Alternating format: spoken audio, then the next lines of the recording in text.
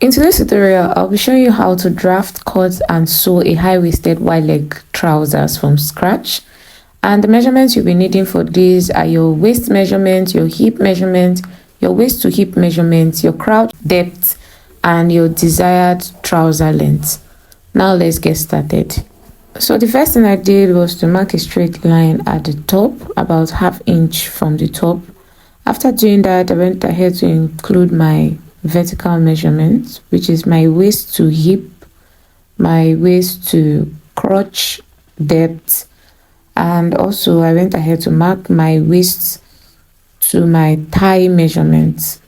Okay, so after doing that, I also went ahead to mark the full length. Okay, that's where I want mine to stop, so go ahead and do the same for yours. After doing that, I went ahead to mark a straight line across them like this, and then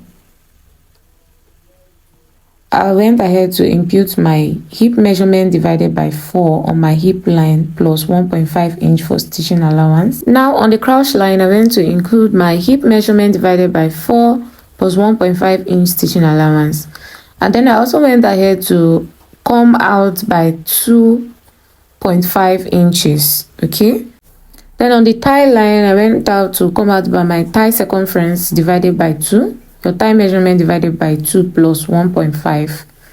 Now I also went ahead to mark a straight line from the waistline down to the crotch line. Okay, now come out by 1 inch and use your curved rule to draw a curve from your hip line down to your crotch depth. Okay, after doing that, you want to go ahead and measure what you have on your thigh circumference. Okay, mark that same measurement on your full length. Now go ahead to use a straight ruler to connect them all together. Now after doing that, you want to go to your waistline and mark your waist measurement divided by 4. Okay, you'll be starting from the line there. Do not start from the other end of the fabric. Okay, your waist measurement divided by 4 plus 1.5 inch stitch allowance and 1 inch for your darts. Okay, now after doing that, you're done with your front pattern. Go ahead and connect a line from that point to your hip curve. Okay, this is going to be your hip curve. We are done with this. Go ahead and cut it out. Your front pattern is ready. Now open up this other part of it, the side going to the hip. Now for the back pattern, I went ahead to fold the fabric in 2 again, right side facing each other. Place the front piece on the back piece. Now from the waistline and the hip line, you want to come out by 2 inches. Okay, extend it by 2 inches. Then on the crouch, go in by 2.5 inches. Okay, go out by 2.5 inches. Mark a straight line like this to meet the new crouch depth, and then make a curve. Connect all the lines together.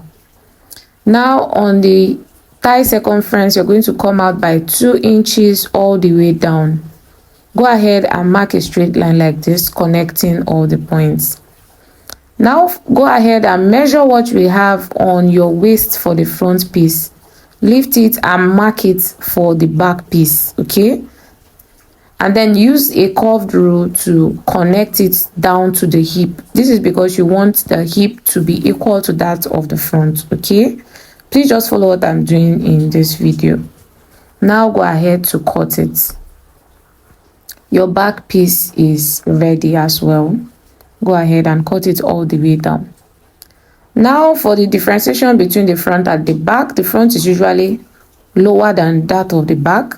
On the front piece, I'm going to come down with about 1 inch and then mark a slanted line.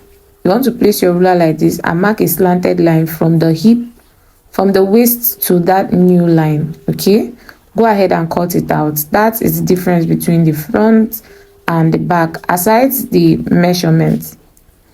Now we want to go ahead and stitch the crouch lines together. After doing that, you're going to see what we have. This is what we have for one of the pieces. I went ahead to do the same for the back piece. I'm going to be attaching my zipper to the place I left open. Now after doing that, I went ahead to stitch down the sides, and I'm also going to go ahead to stitch down the crouch part of it. Okay, you want to stitch from the crouch all the way down. Okay, make sure you align it properly. Stitch it from the midpoint to the other end, and from the midpoint again stitch it to the other end. Now after doing that, this is what we have. I'm going to go ahead to attach my zip at this point. And for me to attach my zip, I'm going to place my tape at the waist and come down by 10 inches. Okay, that will be the length for my zip. Now I'll take it to the sewing machine and I'm going to attach my zip. Okay, after attaching the zip, I also go ahead to hem the legs and hem the waist. I'm not going to be using a waistband for this trouser.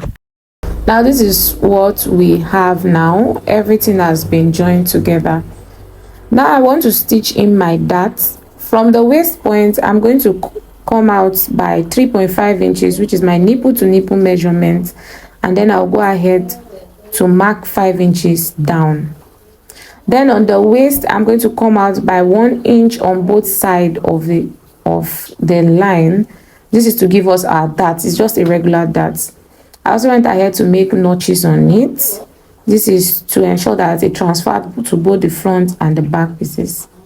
Now for the 5-inch point, I'm going to use my scissors to poke it like this. You can use your pin and then make marks there, but I used my scissors.